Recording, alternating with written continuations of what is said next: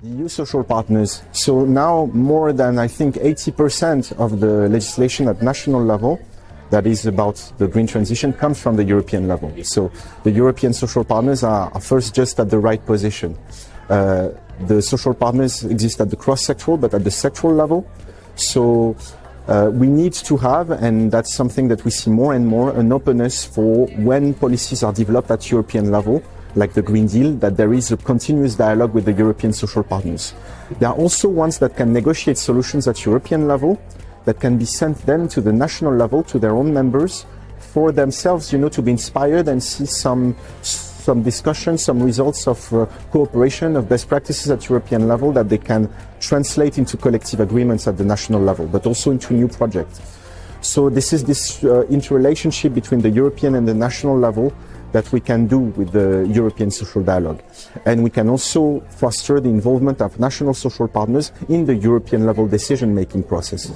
So that is one key opportunity that we have. We are at the right moment, at a moment where everything is decided and determined at European level, and for how we are going to tackle climate change, what kind of new legislative approaches we need, what kind of new, numerical ambition, climate objectives, yes. So this is really where we need to be and what we need to work toward. SSP United represents employers in SMEs, and we have been very active here in the European level to make sure that the just transition is just, especially for the small companies who are very keen to work towards the objectives of the green transition, but at the same time needs to be able to sit at the table and to advise the European policymakers on how to make sure that this transition is also just from their point of view.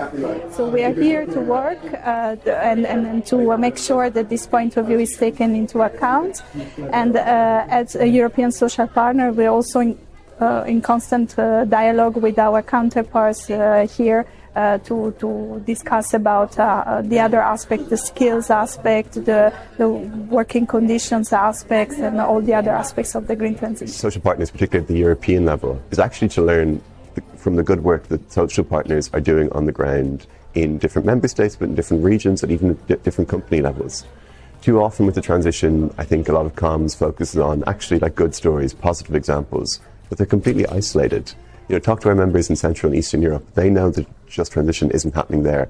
We need to formalise, give a legally kind of binding structure, and give the rights to workers to demand a transition in all employers that need to change, and that it can be led with worker consultation from the bottom up. The role of the European social partners is, of course, important. We are in this year looking into the Val d'Uchesse summit of the 31st of January follow-up, and we will be discussing in the next months the European Social Dialogue Pact.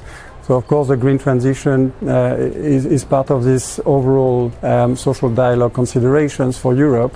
And on this we were just consulted as social partners by the Commission in a dedicated hearing. There is an existing Council recommendation that is there playing an important role to shape the policy framework at European level and have the member states operating on this basis. In our view, there is no need for a directive on just transition. So it's very important to work together as social partners and member states.